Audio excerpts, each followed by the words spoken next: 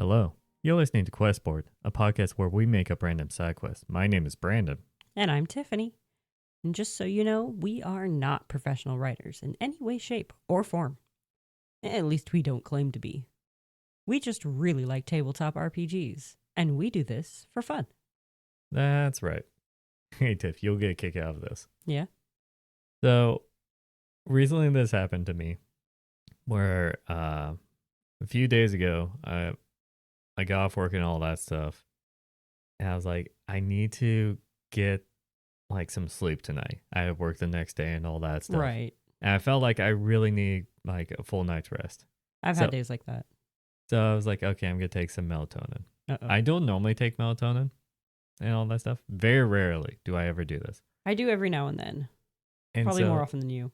because it's been so long since last time, Uh-oh. I vaguely remember like, oh yeah, each pill is like 5 milligrams. Okay. I was like, yeah, I think I remember. I took one and I don't think it like really affected me. So I took two. Oh no. So I took 10 milligrams of melatonin, which I slept through the entire night. It was a very active dream. I don't remember it anymore, Right. but it was like super active, like wonky dream. Nice. You know those kind of dreams. It's like you're doing this, then you're doing that, and you're doing this, and it's very just like Oh, yes. boom, boom, boom, I have those all the time. ADD brain kind of thing. Yeah. Yeah.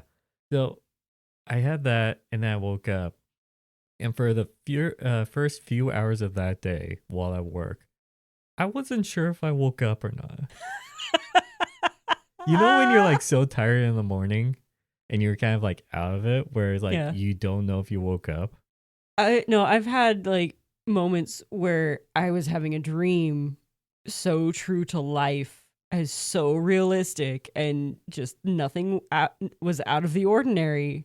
And when I woke up, I'm like, wait, that wasn't real. So it's like, I can understand that side of it. No, okay. Mine was not that. It wasn't like vivid realism. Yeah. It was just I woke up and I was just head foggy. Right. I've had the head foggy moments. But it was so head foggy that I was like, I wasn't sure if like I'm awake. Mm-hmm. And normally that like lasts for like maybe 5-10 minutes at most. Right. Like that's a normal thing people like get out of. Mm-hmm. This lasted for like 2-3 hours. That happens to my husband whenever he And takes so melatonin it was the too. weirdest feeling of driving to work while feeling that and then just doing what I do, which is mental and like Mm-hmm. I have to actually think and organize things Oh, that's rough. while feeling that. And it was just like, huh. And then after a while, I had some breakfast and like I started waking up. I'm like, okay, I am awake. Sadly, I came to work. Of course, I'm awake. Yeah. Why would I go to work in a dream? So, melatonin has a vastly different effect on me. Whenever I take it, I know for a fact I will sleep for 3 hours and then wake up completely rested and refreshed and ready to go. So if you want a power nap, Mhm. you take melatonin. 3 hours on the dot every time. Oh, I forgot to also say, Unless it's a higher dosage, then it's 4 hours. when I took that 10 milligrams Yeah. on that one the night before, I remember it was like a little less than an hour. I was already feeling like drowsy and not like, I'm like, Yeah. okay, this is really working, all that stuff. I went to bed, it was good and all that stuff. And then you know what happened after. Yeah. Usually it takes about a half hour. So if I time it, it's like I'll take the melatonin, half hour later, I'm out. 3 hours from that half hour later, I am awake, bright-eyed, bushy-tailed, ready to go, ready to start the day. And it's like 1 a.m. Which sounds weird because you were never bright-eyed, Exactly. bushy-tailed.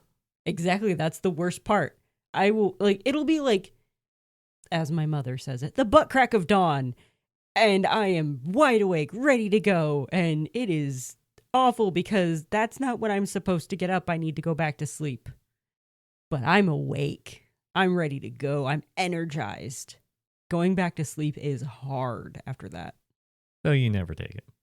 Oh, you I should. take it to get to sleep because there are some days where my brain won't shut up and let me go to sleep. So I need to take it. So what happens if you take double the amount? Will it be 6 hours? Nope, it just ups it to 4.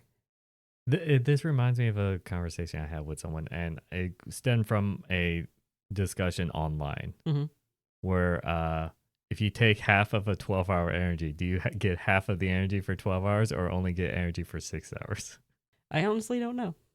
And it works differently on every person. Like it's a case by case basis at that Oh, point. I know. I just So usually what I do, I just thought of telling you this story on our podcast because yeah, I've never. This is the first time this Gotcha. ever happened to me, No, and usually- it's kind of funny, and it's not that bad. usually the only times I end up taking melatonin is if I've been trying to fall asleep for hours.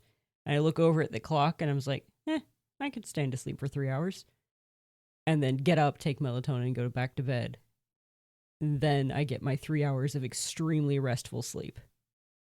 I turn into an elf when I take melatonin. There you go. I require 3 to 4 hours of sleep and then I'm good. Elves don't sleep; they meditate. Meditate, you know what I mean. You're not a true fan of D&D. Don't even know that. She's a fake nerd. Roast her on the internet. Yeah, come on, roast me. r/roast me. Anyways, Yeah. weird talk over, I guess. Yeah. Do you want to actually do our podcast? Speaking of D&D things, Yeah. oh, perfect. Here We're doing our regular stuff. we are. We have our lovely D100 list that we have been going through slowly over the last 149 episodes.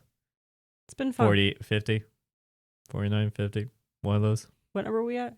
What number is it? What day is it? Is this 150? I think so. Ooh. Counting's hard. I'm done. Counting is hard. Yeah. Counting is hard. Okay. So let's just roll some dice. Oh, right. I got dice. 6, 7. I had to do it. I'm sorry.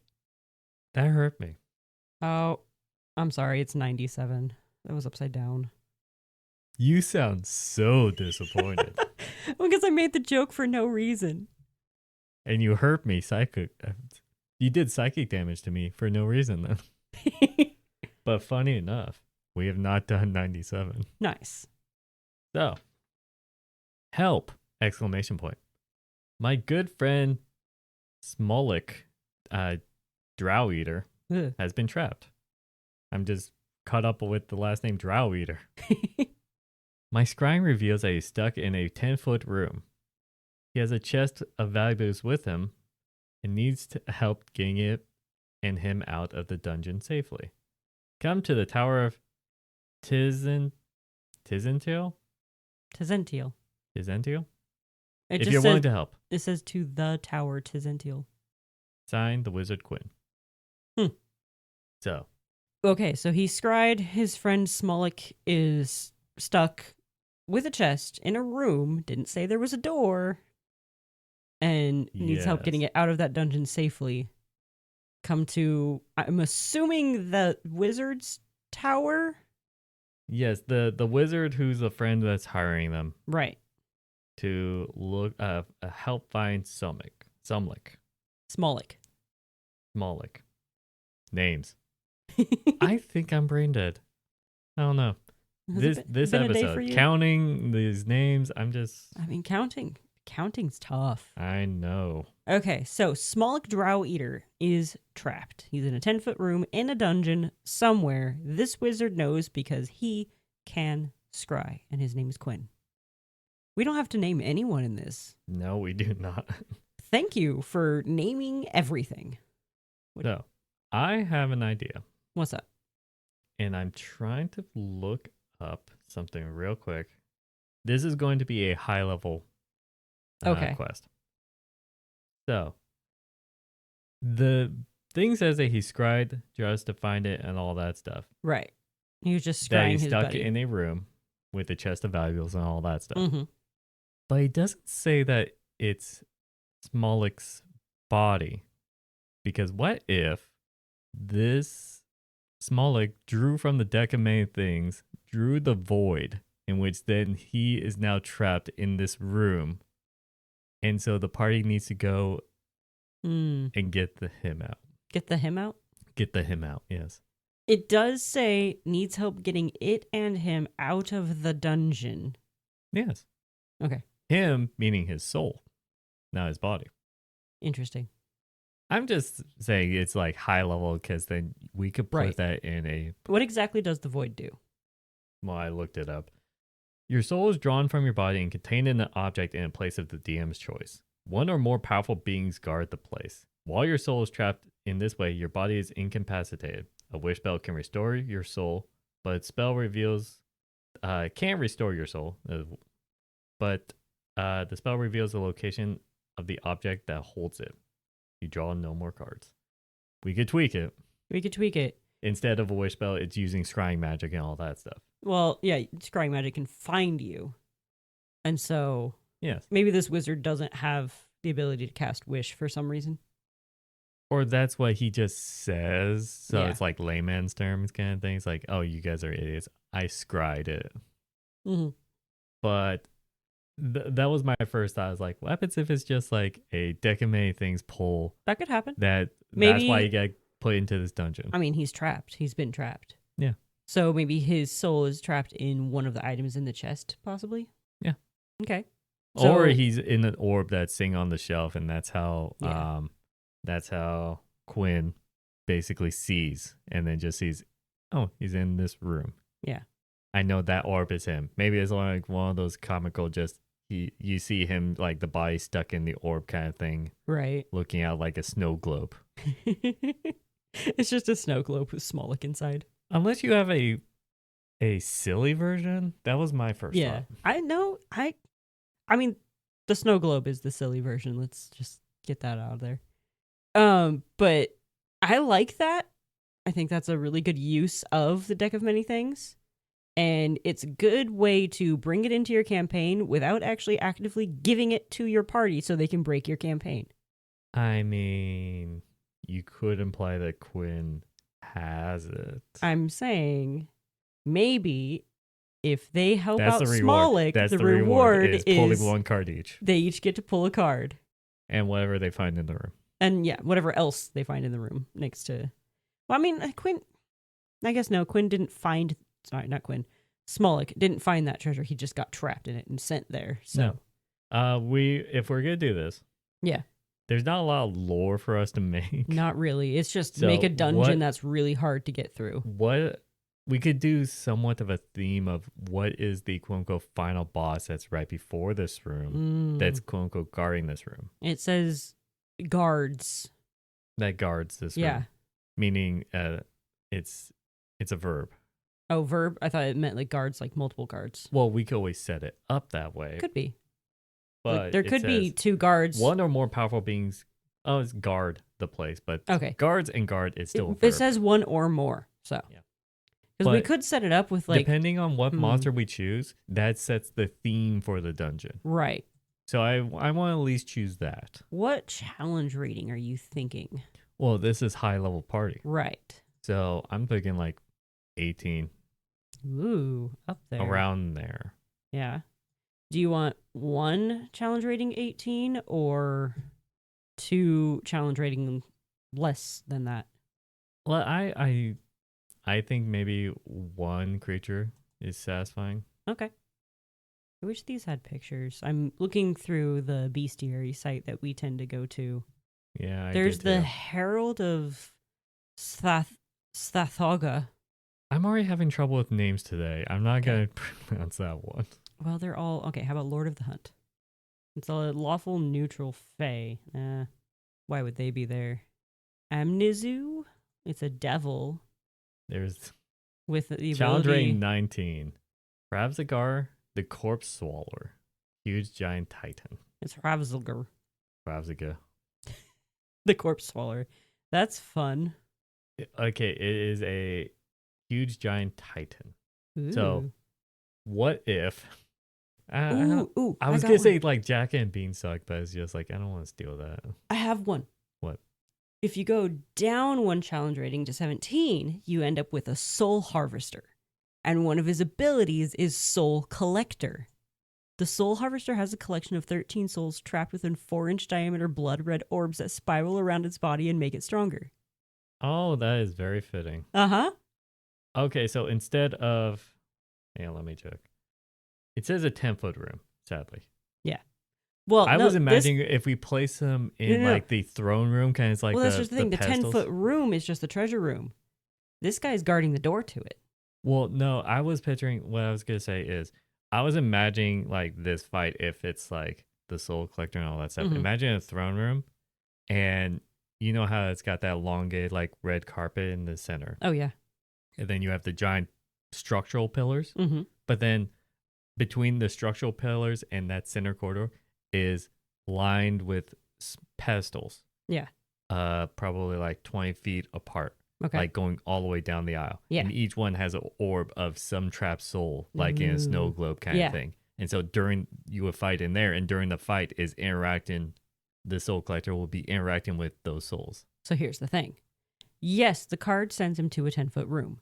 A 10-foot room that is already pre-prepared by this soul harvester, who is the person who those souls are always sent to. Okay. The card always sends them to this guy. And so then he'll walk into the room and be like, fresh soul. And in the room will be just a wall of crystals and like crystal balls kind of thing. Mm-hmm. And like just waiting for 20% of them are used or filled. Yeah. Kind of thing. Yeah. And so you have to find the one that's the guy you're looking for and possibly free all the others. You're not paid for that. That's up to the party. But this guy takes the strongest souls and uses them. No, any old soul. Right? Yeah. Okay, so the thing is, I don't know the backstory for a whole soul harvester is a huge fiend. It's a huge fiend demon. So you would assume, the seven hells or whatever. Right. I mean, it has legendary actions and everything. This guy's a full-on boss. CR17. Of course it has legendary actions. Hey, the last one I looked at didn't. Oh, you only cool. Instead of the nine hells, seven hells, whatever it is. Mm-hmm. If we're going to play off of Greek mythology, ooh, what happens if this guy basically acts like the ferryman? Oh. And so basically, it's like skimming off the top kind of thing. Yeah. He likes to do that where he ferries souls, but he knows or notices when souls basically get taken or like won't be missed. Right. And so he skims a little off the top. Yeah. And what if this is basically where he resides and all that stuff? Okay. And he is the developer for the deck of many things. He made it. Because of cards like this or anything like that. So that if they are taken this way, then no one, even the god of death or whatever, won't ever notice that because they're technically not dead. Exactly. And so this is why the soul harvester develops this. Mm-hmm. So then that encourages the players.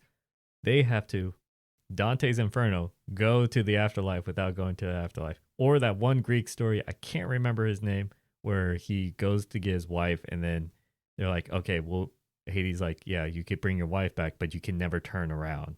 And right before actually getting back to the surface world, he turns around and then his wife dies and all that stuff.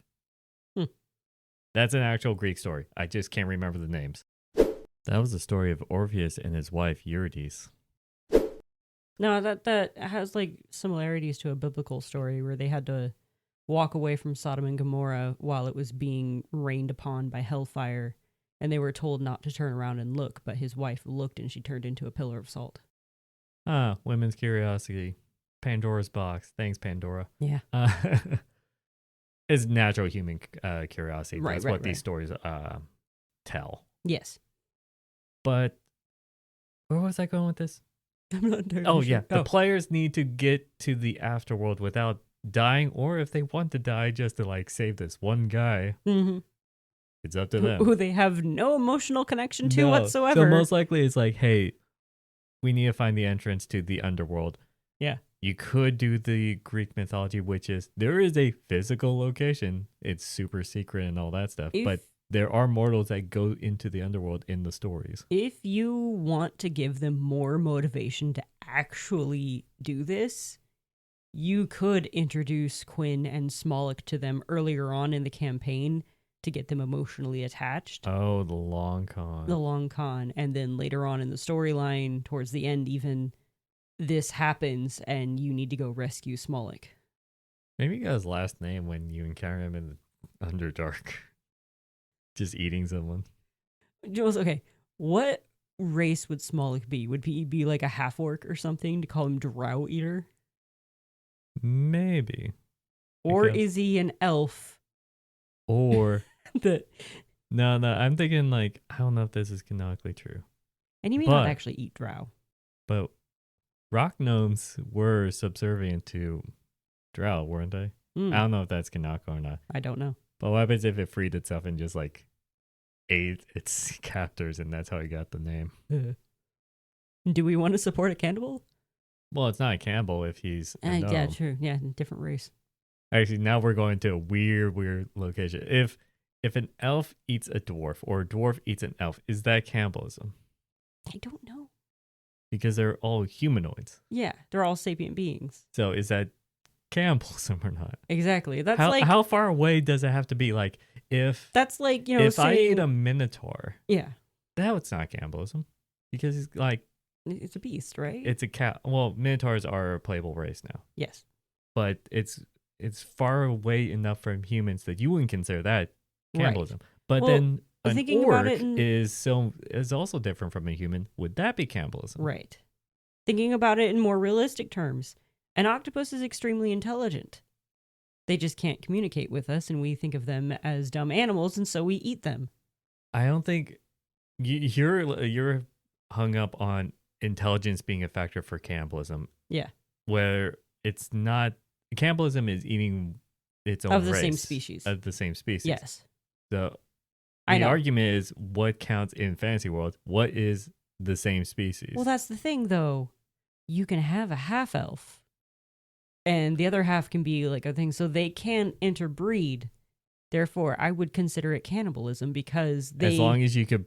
This is If they can interbreed, then it's cannibalism. okay.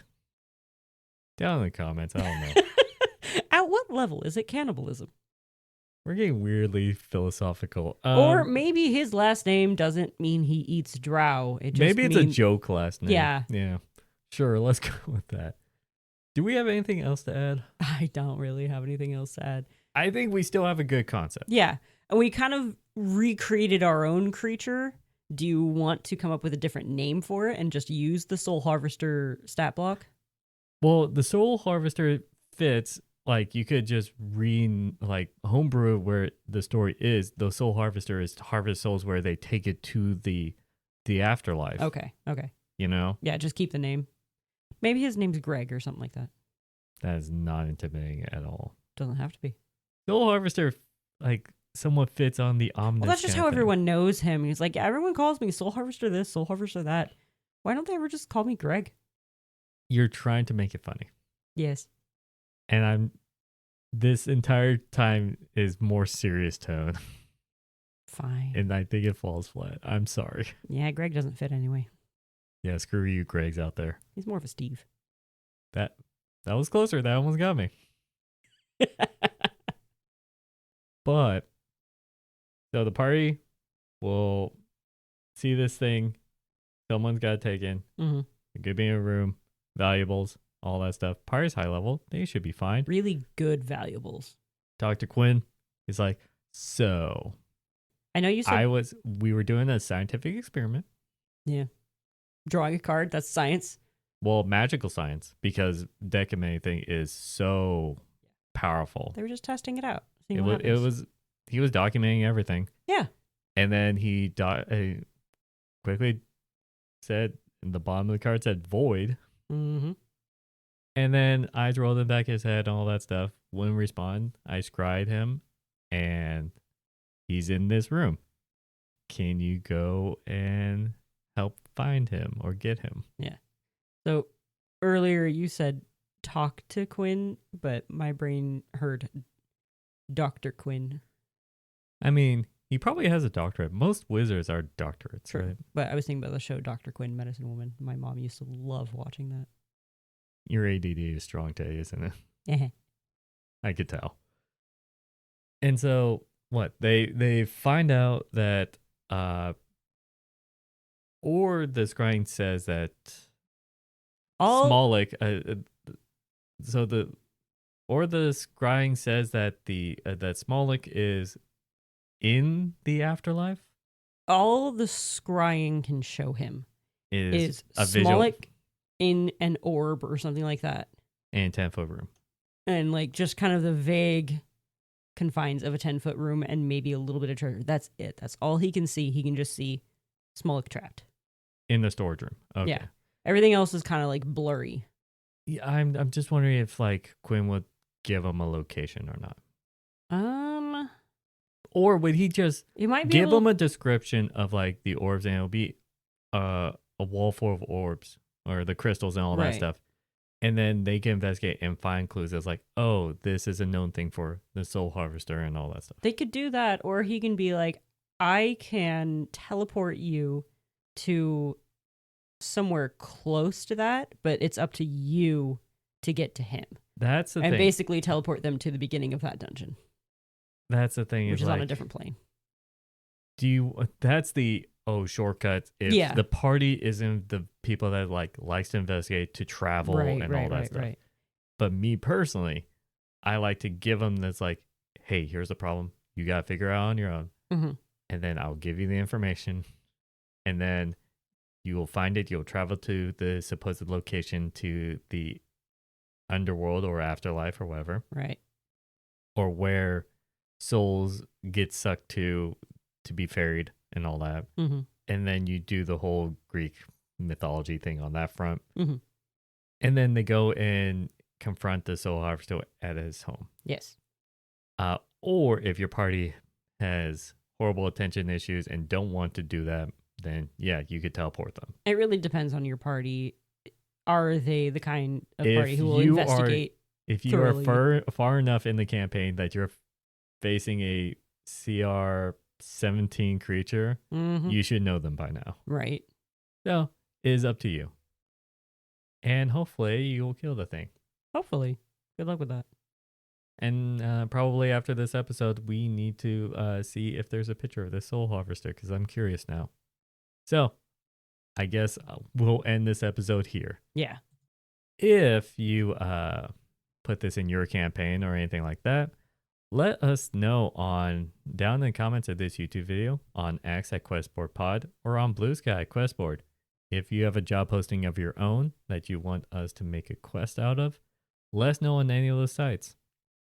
If you're listening to us on YouTube and want to listen to us on the go, we're on most podcasting platforms. And if you're listening to us on the car ride or anything like that, we do have a YouTube. And a nice sign of our logo for people to look at. I don't know. And if we find a cool picture of the soul harvester, I'll put that on there too. Right here. Or a long time ago. I don't know. Thanks, Tiff. Anyways, I think with that, I wish you all a good night. And happy questing.